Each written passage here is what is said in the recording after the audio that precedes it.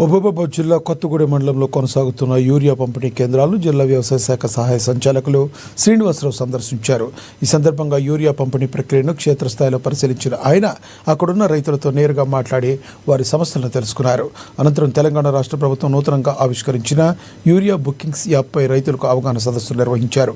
App ద్వారా urea book చేసుకునే విధానం, బుకింగ్ చేసిన తర్వాత పంపిణీ విధానం గురించి రైతులకు స్పష్టంగా వివరించారు.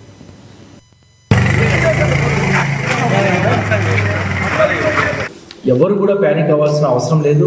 మనకు రేట్స్ చూసుకుంటే మీ అందరూ చూస్తున్నారు. సొసైటీ పొగళ్లపల్లి కానీ, అలాగే కొత్తగూడ సొసైటీ కానీ, అగ్రో రైతు సేవా కేంద్రం కానీ, మనగ్రోమర్ సెంటర్స్ కానీ, హాకా సెంటర్ కానీ, ఇప్పుడు ODCMS కానీ మనకు స్టాక్స్ అనేది రెగ్యులర్గా వస్తున్నాయి. కాబట్టి ఎవ్వరు కూడా ఎక్కడ ఆందోళన చెందాల్సిన అవసరం లేదు.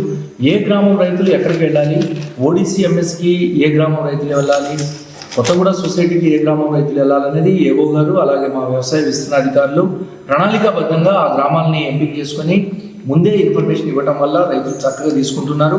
సో ఈరోజు నేను గమనించాను, మీకు నేను గ్రూప్స్లో రైతుల యొక్క అనుభవాలు కూడా షేర్ చేస్తాను. కొత్తగూడ సొసైటీ కానీ, పొగళ్లపల్లి సొసైటీ కానీ, అలాగే మనగ్రోమర్ సెంటర్లో కూడా చూశానండి. సో వారికి ఏదైతే ఇన్ఫర్మేషన్ వచ్చిందో దాని ప్రకారంగా రైతులందరూ వచ్చి చక్కగా తీసుకుంటున్నారు. కాబట్టి ఎవరు కూడా ఈ యూరియా దొరకట్లేదు, ఏదో యాప్ వస్తుంది, యాప్లో మాకు దొరుకుతుందో లేదో, ఏజెన్సీ ఏరియా ఇది, మాకు సిగ్నల్ రాదు, యాప్లో కొనలేకపోతామేమో అనే ఆందోళన ఎవ్వరు కూడా దయచేసి పడవద్దండి. యాప్ అనేది మేము ప్రభుత్వం తరఫున, వ్యవసాయ శాఖ తరఫున చక్కగా డిజైన్ చేశాము.